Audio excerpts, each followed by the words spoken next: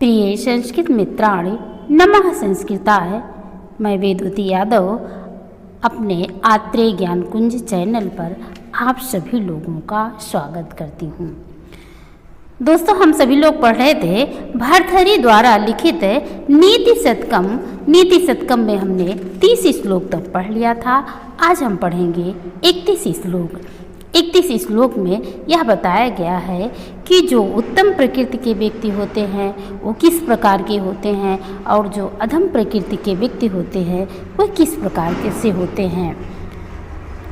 अपने आश्रयदाता के समक्ष उत्तम एवं अधम व्यक्ति किस प्रकार से व्यवहार करते हैं, इस बात को प्रस्तुत श्लोक के द्वारा कुत्ते तथा हाथी के दृष्टांत से समझाते हुए कविवर भर्तृहरि जी कह रहे हैं। यह श्लोक बसंत ऋतु का छंद में है, तो आइए हम इसका अध्ययन करते हैं।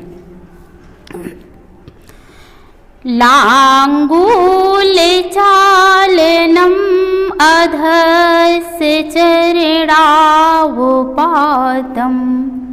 भूमो निपत्य बदनो उदरदर्शनं च स्वापिण्डदस्य कुरुते गजपुङ्गवस्तु धीरं विलोकयति चाटुसतस्य भुङ्क्ते लांगूलचालनम्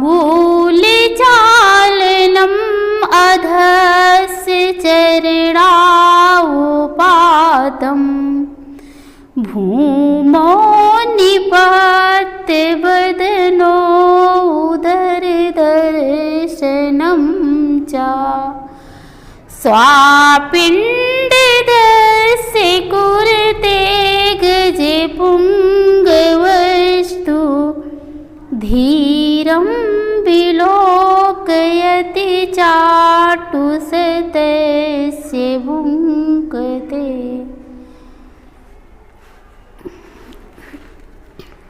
कवि इसमें कह रहा है कि लांगूल चालनम। लांगूल माने होता है, बस सबसे पहले यहाँ से अर्थ ले लीजिए स्व माने होता है कुत्ता।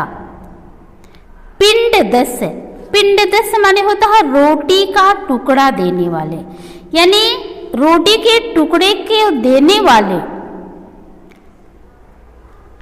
कुत्ता रोटी का टुकड़ा देने वाले के सामने लांगूल चालनम। लांगूल माने होता है पूंछ, चालनम माने हिलाना, पूंछ को हिला करके। अधस्य, अधा माने नीचे। चरणावपातम माने पैरों पर गिर करके। कुत्ता जो होता है पिंड दस माने रोटी देने वाले के सामने लांगूल चालनम यानी पूंछ को हिला करके, चरणावपातम पैरों पर गिर करके। फिर क्या करता है, भूमो निपत्य। भूमो माने भूमि पर यानी पृथ्वी पर, निपत्य माने पड़ करके यानी भूमि पर गिर करके, भूमि पर लौट करके। बदनो उदर दर्शनम चा। बदनो उदर यानी मुंह तथा पेट को दिखाता है, वह मुंह और पेट को दिखाता है। कुत्ता रोटी देने वाले के सामने भूमि पर पड़ करके पेट और उदर यानी पेट और मुख को दिखाता है। लांगूल चालनम पूंछ को हिलाता है। चरणावपातम और उसके पैरों पर गिरता है। फिर और क्या गजपुंगवस्तु और जो श्रेष्ठ हाथी होता है वह क्या करता है, धीरम विलोकयति। धीरम माने धैर्य पूर्वक, विलोकत माने देखता रहता है। और चाटु सतह से भुंगते। चाटु सतह से यानी सैकड़ों बार मिन्नत करने पर, सैकड़ों बार चाटुकारिता करने पर ही भुंगते माने खाता है। वह मालिक के द्वारा अनेकों बार खुशामद किए जाने पर ही खाता है। फिर से एक बार देख लीजिए। लांगूल चालनम अधस्य चरणावपातम भूमो निपत्य बदनो उदर दर्शनम चा स्वः पिंडदस्य सह माने होता है कुत्ता। कुत्ता रोटी देने वाले के सामने लांगूल चालनम यानी अपनी पूंछ को हिला करके अधर से चरलापातम उसके पैरों पर गिर करके रोटी देने वाले के सामने अपनी पूंछ हिलाता है और उसके पैरों पर गिर पड़ता है। भूमो निपत्य और भूमि पर गिर जाता है, भूमि पर पड़ जाता है। बदनो उदर दर्शनम और अपने उदर को और मुख को दिखाता है।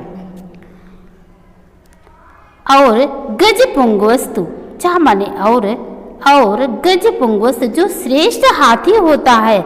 धीरम बिलोति चाटु सतह से यानी मालिक के द्वारा सैकड़ों बार चाटुकारिता किए जाने पर ही, खुशामद किए जाने पर ही धीरम बिलो के वह धैर्य पूर्वक देखता है। भूंकते और उसके द्वारा खुशामद किए जाने पर ही खाता है। कवि के कहने का अभिप्राय यह है कि जो गज श्रेष्ठ होता है वह अनेकों बार खुशामद किए जाने पर ही खाता है। और जो कुत्ता होता है वह रोटी को मांगने के लिए मालिक के पैरों पर गिरता है, अपनी पूंछ को हिलाता है, फिर भूमि पर गिरता है, उसके बाद ही खाता है। जो नीच प्रकृति उसी यहाँ पर प्रस्तुत इस श्लोक के माध्यम से किसी अप्रस्तुत व्यक्ति के बारे में बता रहा है कवि कि जो नीच प्रकृति वाले व्यक्ति होते हैं वे अपनी क्षुद्रता तथा चंचलता को प्रकट करते हैं, परंतु जो उत्तम स्वभाव वाले व्यक्ति होते हैं वे अपनी गंभीर प्रकृति को प्रकट करते हैं। यहाँ पर नीच प्रकृति के लोगों की तुलना कुत्ते से की गई है और उत्तम प्रकृति के लोगों की तुलना श्रेष्ठ हाथी से की गई है। यहाँ पर इसको बहुत बढ़ा चढ़ा के बताया गया है, इसलिए इसमें अतिशयोक्त अलंकार का प्रयोग किया गया है। एक बार चलो इसका हम फिर से अध्ययन करते हैं। लांगूल चालनम अधस्य चरणावपातम भूमो निपात्य वदने उदर दर्शनम चा स्वापिण्डदस्य कुरुते गजे पुंगवस्तु धीरं विलोकयति चाटुसतस्य भुङ्क्ते धीरं विलोकयति चाटुसतस्य भुङ्क्ते। तो दोस्तों आपको लोगों को कैसे लगा कमेंट करके बताइएगा। यदि अच्छा लगा हो तो एक बार लाइक कर दीजिए और अभी तक यदि चैनल को सब्सक्राइब नहीं किए हैं तो एक बार सब्सक्राइब कर दीजिए।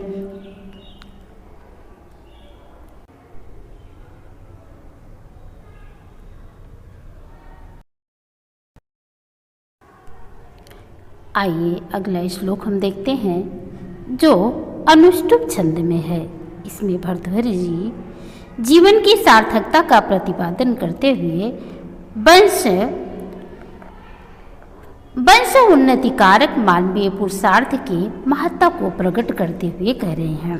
क्या कह रहे हैं? परिवर्तिन संसारे मृतः को आना जायते सहजातो येन जाते न याति वंशः समुन्नितं परिवर्तिन संसारे मृतः को वा न जायते सहजातो येन जातेन याति वंशः समुन्नितं याति वंशः समुन्नितं। कविवर भर्तृहरि जी इसमें कह रहे हैं कि यह संसार परिवर्तनशील है, यानी परिवर्तन संसारे माने परिवर्तनशील संसारे में मृतः को वह ना जायते है। मृतः कौन वह ना जायते, को माने कौन, मृतः माने मरता है, और जायते माने उत्पन्न होता है। इस परिवर्तनशील संसार में कौन पैदा नहीं होता है और कौन मरता नहीं है। सहजातो येन जातेन, सहजातो येन जातेन। येन माने वही, जातेन माने पैदा हुआ है। सहजातो वास्तव में वही पैदा हुआ है, उसी के पैदा होने की सार्थकता है। जिस याति वंशा समुन्नतम, जिसके पैदा होने से वंश की उन्नति प्राप्त हुए। एक बार फिर से देख लीजिए, परिवर्तन संसारे मृतः को वा ना जायते। परिवर्तन संसारे, इस परिवर्तनशील संसार में मृतः को वा जायते, कौन मृत्यु को नहीं प्राप्त हुआ है और कौन पैदा नहीं हुआ है। इस परिवर्तनशील संसार में कौन पैदा नहीं होता है और कौन मरता नहीं है। सहजातो, सहजातो माने वही पैदा हुआ है। येन जातेन, जिसके पैदा होने से याति वंश समुन्नतम, जिसके पैदा होने से वंश की उन्नति प्राप्त हो। इस परिवर्तनशील संसार में कौन पैदा नहीं होता है और कौन मरता नहीं है, वही वास्तव में पैदा हुआ है अथवा उसी के पैदा होने की सार्थकता सिद्ध होती है, जिसके पैदा होने से याति वंश समुन्नतम, वंश की उन्नति हो, वंश उन्नति को प्राप्त हो।